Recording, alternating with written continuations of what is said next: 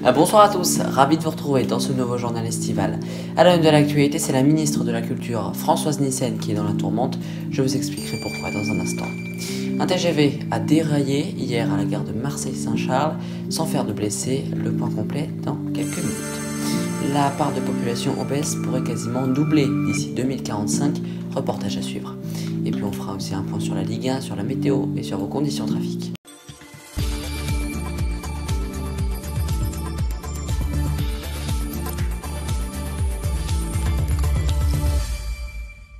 La ministre de la Culture, Françoise Nyssen, est donc dans la tourmente car elle est soupçonnée d'avoir fait des travaux importants sans avoir demandé des autorisations primordiales au siège d'une maison d'édition située à Paris, d'où elle était propriétaire il y a encore quelques années. Une enquête préliminaire a été ouverte cette semaine. Ces révélations qui font suite déjà à une première partie de révélation par nos confrères du Canard enchaîné sur toujours des travaux qui avaient été déclarés très longtemps après qu'ils avaient été effectués en raison, je cite, d'un oubli. Les vacances touchent à leur fin et c'est donc les retours qui sont de mise. Voici donc les conditions de trafic. Ce vendredi, c'était vert dans le sens des départs, orange dans celui des retours. Demain, samedi, ce sera orange dans celui des départs et des retours, sauf en Rhône-Alpes où ce sera même rouge. Et puis ce dimanche, ce sera pareil que vendredi. Un TGV a déraillé à la gare Marseille-Saint-Charles. Hier, il circulait à la vitesse de 30 km/h. Il n'y a pas eu de blessés. Le trafic, cependant, restera perturbé ce début de semaine. D'ici 2045, 22% de la population française pourrait être obèse selon une étude. Regardez ce reportage. Près d'un quart de la population mondiale pourrait être obèse en 2045. En effet, regardez cette infographie. Actuellement, en 2016, il y avait 13% de population qui était obèse. Il pourrait en avoir 22% en 2045. Selon le dernier rapport de l'Organisation mondiale de la santé, cette tendance et la hausse des maladies qu'elle entraîne peut être inversée, mais seulement au prix d'une forte volonté politique afin d'améliorer notre alimentation.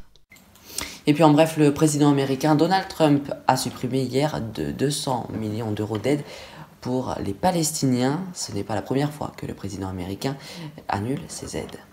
Le point sur la Ligue 1 avec hier soir Lyon qui a battu Strasbourg 2-0. Aujourd'hui le PSG joue à 17 h.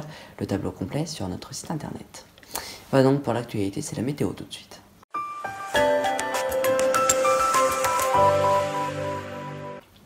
La météo de ce dimanche matin, il y aura de la pluie sur la Bretagne avec des températures quelque peu en baisse par rapport au normal de saison. 16 degrés à Strasbourg, 17 en Bretagne, 16 degrés aussi à Lille et 25 degrés pour la Corse. Demain après-midi, il y aura de la pluie sur les Hauts-de-France et la Bretagne ainsi que la Normandie.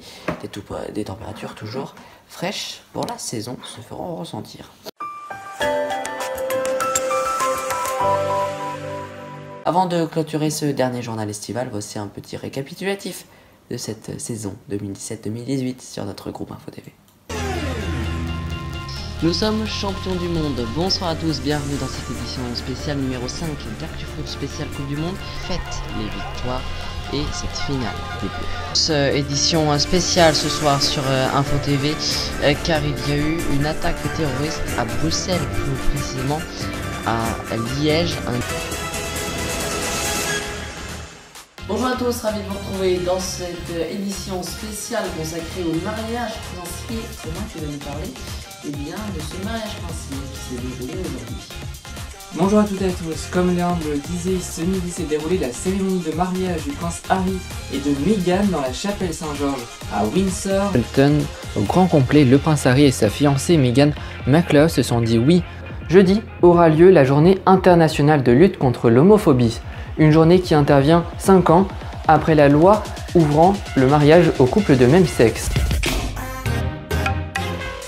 Très heureuse de vous retrouver pour ce nouveau numéro d'Epic Series, le débriefing de la course hippodrome de Longchamp. Ce cheval irlandais qui portait le numéro 3 a réussi à faire la différence notamment face à Nobox.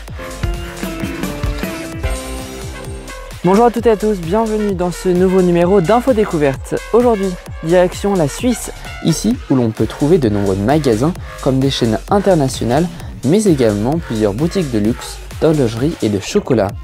un lac d'une longueur d'environ 72,8 km, peu sauvage mais où l'on peut trouver de nombreuses activités de pêche amateurs.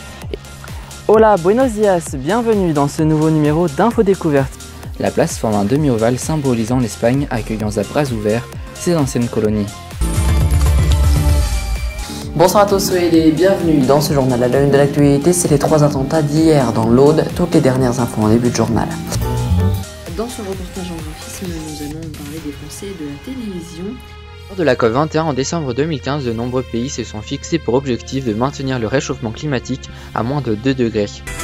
Bonjour, très heureux de vous retrouver pour le premier numéro de l'Hebdomatin pour cette nouvelle saison estivale. Avec l'arrivée de Nikos Agagas à la matinale d'Europe 1. Puis j'aurai le plaisir de recevoir en cette semaine de l'environnement Christophe Darfeuille, directeur de l'association Naturama. Bonjour Christophe Darfeuille, alors premièrement, est-ce que vous pouvez présenter votre association ? Oui, bonjour, donc je suis Christophe Darfeuille, je suis le directeur de l'association Naturama. C'est une association qui existe depuis 18 ans maintenant.